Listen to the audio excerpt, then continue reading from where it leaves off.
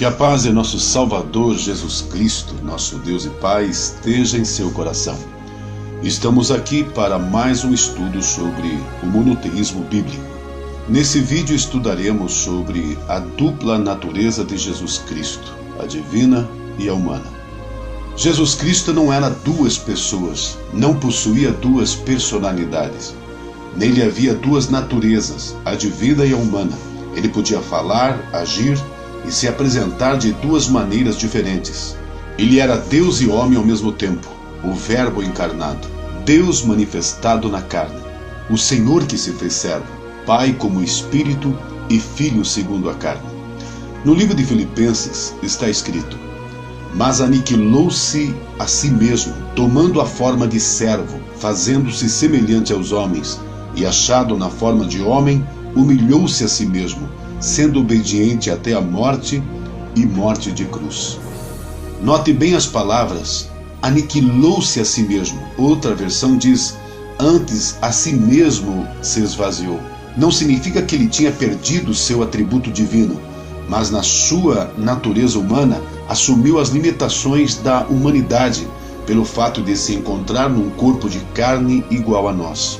E ao se encontrar num corpo semelhante a nós, foi assinalado pela fraqueza e fragilidade próprias da criatura. Para se entender melhor a respeito da dupla natureza de Jesus Cristo, a divina e a humana, verdadeiramente Deus e verdadeiramente homem, veremos o que a Bíblia nos ensina. Como humano, ele teve as experiências comuns à humanidade. Foi concebido, nasceu, encontramos sua genealogia. Seu corpo era composto de carne, sangue e ossos, possuía alma humana. Jesus crescia em sabedoria e estatura, chorou, sentia fome, sentia sede, sentia sono, sentia cansaço, sentiu tristeza, foi tentado, era pobre, foi esbofeteado, suportou indignidades, foi açoitado, foi cravado na cruz, morreu, foi transpassado no seu lado, foi sepultado e ressuscitou. Todas essas experiências que Jesus teve na sua natureza humana mostram verdadeiramente que em tudo foi semelhante a nós, exceto no pecado. No livro aos Hebreus nós lemos: pelo que convinha que em tudo fosse semelhante aos irmãos, para ser misericordioso e fiel sumo sacerdote naquilo que é de Deus, para expiar os pecados do povo. Porque naquilo que ele mesmo, sendo tentado, padeceu, pode socorrer aos que são tentados. Uma das grandes provas da natureza humana de Cristo se encontra no livro de Lucas, que diz: e crescia Jesus em sabedoria e em estatura. Jesus estava sujeito às mesmas leis físicas do crescimento e desenvolvimento como nós estamos. Ele teve de aprender e adquirir conhecimento e sabedoria, sujeito às mesmas leis do desenvolvimento mental como nós também. No livro de Isaías nós vemos outro exemplo para melhor entendermos esse assunto. Manteiga e mel comerá, até que ele saiba rejeitar o mal e escolher o bem.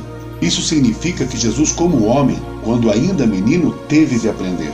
Vemos ainda que o próprio Jesus se autodeclarou que ele era um homem. Mas agora procurais matar-me, a mim, homem que vos tem dito a verdade, que de Deus tem ouvido. Abraão não fez isso. Em Atos, os apóstolos também o proclamavam como um homem. Varões de Israel, escutai estas palavras. A Jesus Nazareno, varão aprovado por Deus entre vós, com maravilhas, prodígios e sinais, que Deus por ele fez no meio de vós, como vós mesmos bem sabeis.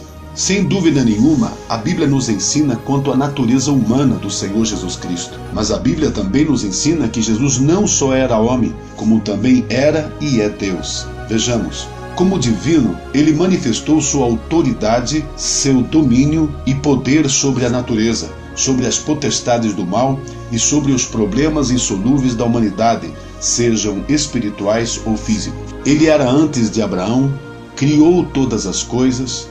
Ele se declarou ser a vida, ele se declarou ser a luz, ele desapareceu diante de todos, multiplicou os pães, ofereceu a água da vida, os espíritos demoníacos se lhe sujeitavam, dominava o vento e o mar, andou sobre as águas, perdoou pecados, curou os enfermos, ressuscitou mortos, ressuscitou a si mesmo dentre os mortos, revelava os pensamentos dos corações, venceu o mundo, venceu a Satanás, destruiu as obras de Satanás, deu poder aos discípulos, transfigurou-se diante de Pedro, Tiago e João. Seu poder é sem limites, ele é tudo em todos, ele é o único poderoso Senhor, capaz de subjugar tudo, tudo subsiste por ele.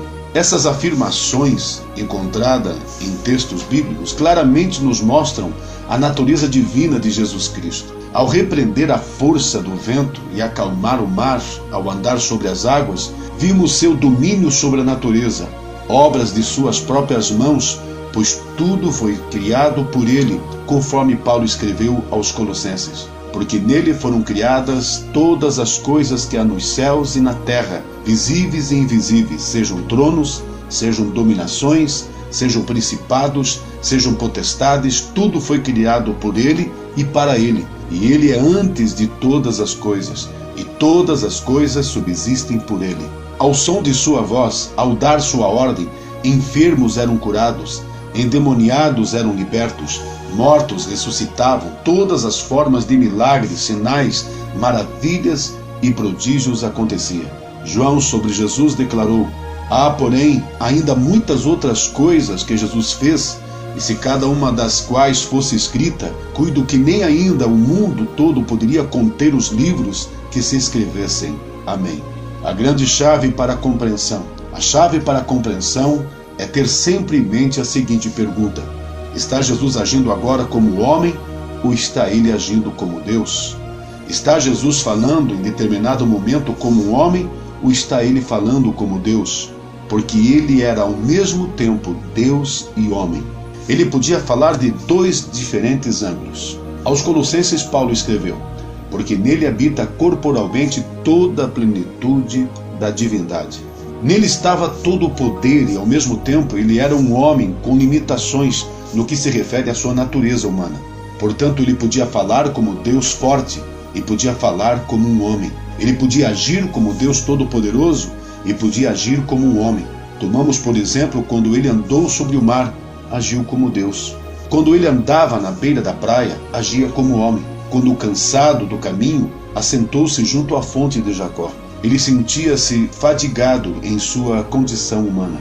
Mas o livro de Isaías diz que o Deus eterno, o Criador, não se cansa nem se fadiga. Jesus não se sentia cansado em sua condição divina, mas sentia-se exausto quanto à sua condição humana. Lembre-se disso. Sempre que você for ler a respeito de Jesus, faça a si mesmo sempre a pergunta: está ele agora representando a parte divina ou ele está representando agora a parte humana? Na sua condição humana, ele era o Filho. A condição de filho indica começo e também uma relação com o tempo e com o lugar. Somente depois de nascer, Jesus recebeu o título de filho. Vejamos o que o anjo Gabriel disse a Maria: pelo que também o santo que de ti há de nascer será chamado Filho de Deus. Notemos que a conjugação desse verbo está para o futuro e não presente, indicando que ele só seria chamado filho quando nascesse. Portanto, a parte dele que seria chamado de filho era a natureza humana. O que foi gerado e se formou no ventre da mulher, o que nasceu é o filho.